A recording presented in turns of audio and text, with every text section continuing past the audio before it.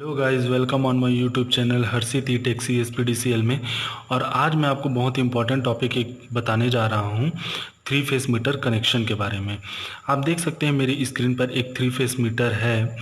आज मैं आपको उसके इनर पार्ट और आउटर पार्ट दोनों के बारे में बताऊंगा, तो इस वीडियो को ध्यान से देखें और आपको आखिरी में पता चल जाएगा कि थ्री फेस मीटर का कनेक्शन कैसे किया जाता है और थ्री फेस मीटर का आउटर के पार्ट्स के क्या क्या नाम होते हैं। तो आप देख सकते हैं मेरी स्क्रीन पर एक थ्री फेस मीटर है। तो चलो मैं आपको पहले बताता हूँ कि इसके आउटर फेस में क्या क्या लगे हुए होते हैं। तो आप देख सकते हैं यहाँ पे सबसे पहले ये मीटर थ्री फेस मीटर का मेक है, मतलब इसे किस कंपनी ने बनाया है। तो ये लैंडिस गियर नाम की कंपनी ने बनाया हुआ है। उसके बाद ये KWH जो लिखा हुआ वो एक्टिव पावर का बटन है, जो LED लाइट है जो एक्टिव पावर को शो करता है। और ये जो KVARH वाला जो LED बल्ब दिख रहा है वो आपका रिएक्टिव पावर को शो करता है। तो ये एक्टिव पावर और रिएक्टिव पावर के LED बल्ब हैं जो उसकी पावर को शो करते हैं। इसे हम कहते हैं डिस्प्ले यूनिट, जहाँ पर मीटर की जितनी कंजप्शन हम जितनी बिजली खपत यूज़ करते हैं वहाँ पे उसकी रीडिंग शो होती है। ये आप जो देख रहे हैं ये तीन जो बटन है उसे हम कहते हैं पुश बटन।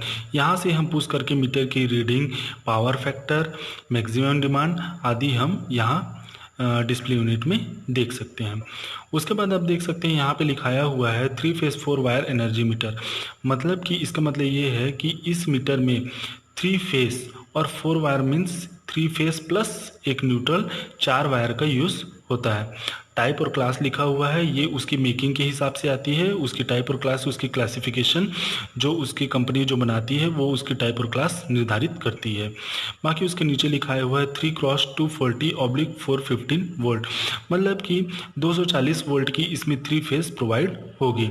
उसके बाद 10 to 60 एम्पेयर लिखा है, ये उसकी करंट को शो करती है कि इसमें कितनी करंट फ्लो होगी। 10 to 60 एम्पियर की करंट फ्लो होगी। 50 हर्ट्ज जो लिखा हुआ है वो उसकी फ्रीक्वेंसी को बताता है, आवृत्ति को बताता है कि इसमें 50 हर्ट्ज का पल्स फ्लो होगा। 27 डिग्री सेल्सियस ये बताता है कि ये 27 डिग्री सेल्सियस तक टेम्परेचर को एब्जॉर्ब कर सकती है। उससे ज़्यादा अगर टेम्परेचर इस मीटर में फ्लो हो जाएगा तो ये अपने आप बर्न हो जाएगी या ये मीटर ख़राब हो जाएगा। उसके बाद लिखा हुआ है manufactured by Landis gear limited, Baddi, India. मतलब ये मीटर जहाँ बनी है वो उसका एड्रेस है कि ये बद्दी, इंडिया में बनी हुई है। ISI मार्क है जो इसको प्रमाणित करता है कि ये मीटर सर्टिफाइड है। उसके बाद ये जो लैंडिस गियर का जो ये आप ब्लैक कलर का जो ढक्कन देख रहे हैं उसे हम कहते हैं IR पोर्ट। ठीक है। उसके बाद नीचे चलते हैं, यहाँ पे आप देख सकते हैं ये मीटर सीरियल नंबर लिखाया हुआ है। तो वो मीटर का एक स्पेसिफिक सीरियल नंबर होता है, हर मीटर का एक अलग अलग स्पेसिफिक सीरियल नंबर होता है जो मैन्युफैक्चरिंग कंपनी के द्वारा दिया जाता है। उसके बाद आप देख सकते हैं यहाँ पे लिखा हुआ है प्रॉपर्टी ऑफ CSPDCL, मतलब कि इसे CSPDCL छत्तीसगढ़ राज्य विद्युत वितरण कंपनी के लिए बनाया गया है। मैन्युफैक्चर्ड फरवरी 2012, यह फरवरी 2012 में मैन्युफैक्चर्ड हुई है, बनी हुई है। गारंटेड पीरियड लिखा हुआ है, ये उसका टाइमिंग है कि ये कब तक गारंटी में थी। ठीक है। और उसके बाद उसकी डेट और मीटर का सीरियल नंबर दिया हुआ है। ठीक है। तो आप लोगों ने इसके इनर पार्ट, आउटर पार्ट्स के बारे में तो जान लिया कि इसके आउटर पार्ट्स में कौन कौन से पार्ट्स होते हैं और उसे हम क्या क्या कहते हैं। ठीक है। अब नीचे चलते हैं उसके मीटर कनेक्शन में, मीटर कनेक्शन पोर्ट के। इसे मैं खोल देता हूँ।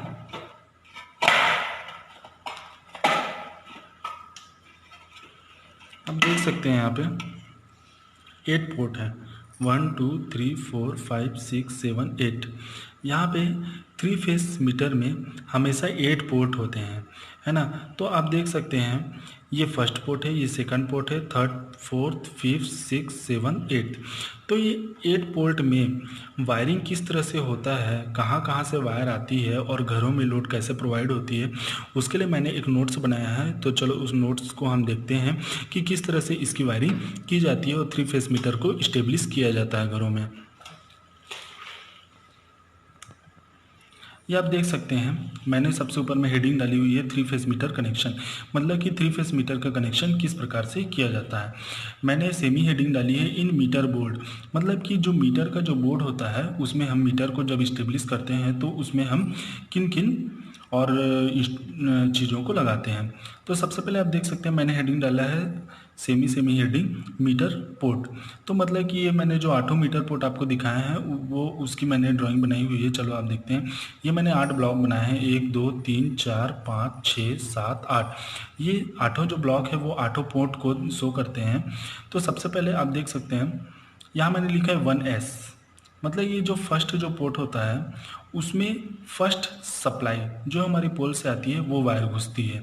ठीक है, अब देख सकते हैं इधर मैंने इधर से वायर मैंने डाली है, मतलब कि ये पहले सप्लाई फर्स्ट फेज़ की सप्लाई है। थर्ड जो पोर्ट रहेगी वो हमारी सेकंड पोर्ट की सप्लाई होगी, सेकंड फेज़ की सप्लाई होगी। उसके बाद 3S जो मेरा फिफ्थ ब्लॉक रहेगा वो थर्ड फेस आएगा पोल से। और उसके बाद जो मेरी 7th ब्लॉक रहेगी वो मेरी न्यूट्रल पोल से आएगी। मतलब कि पोल से हमारी 4 वायर आएंगे, जिसमें से 3 फेस और एक न्यूट्रल रहेंगे, जो कि first block, third block, fifth block और 7th ब्लॉक में वायर घुसेगी।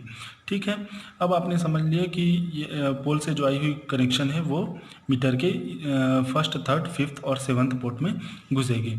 अब आप नीचे देखिए, ये मैंने कटआउट का ड्राइंग बनाया है।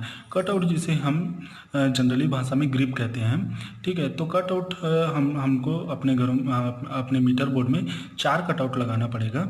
ठीक है, तो सबसे पहले यहाँ पे आप देख सकते हैं, यहाँ मैंने लिखा है फर्स्ट लोड। फर्स्ट लोड का जो वायर आएगा वो पहले कटआउट में घुसेगा। उसके बाद सेकंड लोड का जो कटआउट आएगा वो सेकंड लोड का जो वायर आएगा वो सेकंड कटआउट में घुसेगा। उसके बाद थर्ड लोड का जो वायर आएगा वो थर्ड कटआउट में घुसेगा। और ये जो न्यूट्रल लोड का जो है लास्ट 8 पोर्ट का वो हमारे 4th कटआउट में घुसेगा। इस तरह से कटआउट में हमारे second port, 4th port, 6th port और 8th पोर्ट के वायर आके घुसेंगे। इस तरह से मीटर बोर्ड का हमारा कनेक्शन कंप्लीट हो जाता है। मीटर में हमें ये चीज़ करना है। ठीक है, मीटर बोर्ड में मीटर लगाना है, साथ ही कटआउट को लगाना है। उसके बाद जैसे हम घर में कटआउट लगाने के बाद घर में MCB लगती है। ठीक है, तो MCB जो रहेगा MCB का फुल फॉर्म होता है मास्टर सर्किट ब्रेकर। तो MCB जो होती है, जैसे कि हमारे घरों में कभी ओवर वोल्टेज या ओवर करंट हो जाती है, तो ये जो MCB होती है वो अपने आप नीचे गिर जाती है और घरों में बहुत सारे इंस्ट्रूमेंट और उपकरण जो होते हैं वो क्षतिग्रस्त होने से बच जाते हैं। ठीक है, इसके लिए MCB का यूज़ किया जाता है, नहीं तो सिर्फ कटआउट लगा कर ही छोड़ दिया जाता। ठीक है, तो अब आप देख सकते हैं घरों के MCB घर में भी हम चार MCB का यूज़ करेंगे। जो फर्स्ट लोड आ रही है कटआउट में इनकमिंग साइड से, वहाँ से पहली लोड, ठीक है, सप्लाई फर्स्ट फेस आएगी फर्स्ट MCB में, सेकंड फेस आएगी सेकंड MCB में, थर्ड फेस आएगी थर्ड MCB में और 4th न्यूट्रल जो आ रही है लोड की वो हमारी 4th MCB में घुस जाएगी। इस तरह से ये MCB तक हमारा मीटर का कनेक्शन पूर्ण हो चुका है। उसके बाद घरों में वायरिंग के थ्रू पूरे घरों में लाइन को सप्लाई कर दिया जाएगा। इस तरह से 3 फेस मीटर का कनेक्शन किया जाता है और अंत में हमारे घरों में विद्युत सप्लाई पहुंच जाती है। यह है connection diagram of 3 phase meter. ठीक है दोस्तों, तो मैंने आपको बता दिया है कि 3 फेस मीटर का कनेक्शन किस तरह से किया जाता है और घरों में सप्लाई किस तरह से पहुँचाई जाती है। अब मैं एक चीज़ आपको और बताना चाहूँगा। अब देख सकते हैं कि 3 फेस मीटर का जनरली उपयोग वहाँ किया जाता है जहाँ पर लोड बहुत ज़्यादा होता है।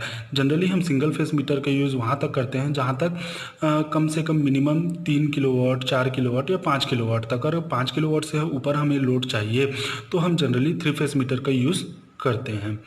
ठीक है, तो आपको मैंने बहुत ही अच्छे तरीके से 3 फेस मीटर के बारे में बता दिया है, इसके इनर पार्ट और आउटर पार्ट के बारे में, कि इसके आउटर पार्ट में कौन कौन से चीज़ें लगी हुई होती है और उसे हम क्या क्या कहते हैं। और इनर पार्ट्स को मैंने बहुत ही अच्छे तरीके से लाइन डायग्राम के द्वारा आपको बता दिया है कि किस तरह से इसका कनेक्शन किया जाता है। ठीक है दोस्तों, अब अगली वीडियो में मैं आपको 3 फेस मीटर का लाइव मीटर कनेक्शन करके दिखाऊंगा। और अगर आपको ये वीडियो अच्छा लगा होगा तो प्लीज़ लाइक कीजिए, सब्सक्राइब कीजिए और अगर आपको कुछ पूछना हो तो इसमें कमेंट भी कर सकते हैं। ठीक है दोस्तों, have a good day, bye bye.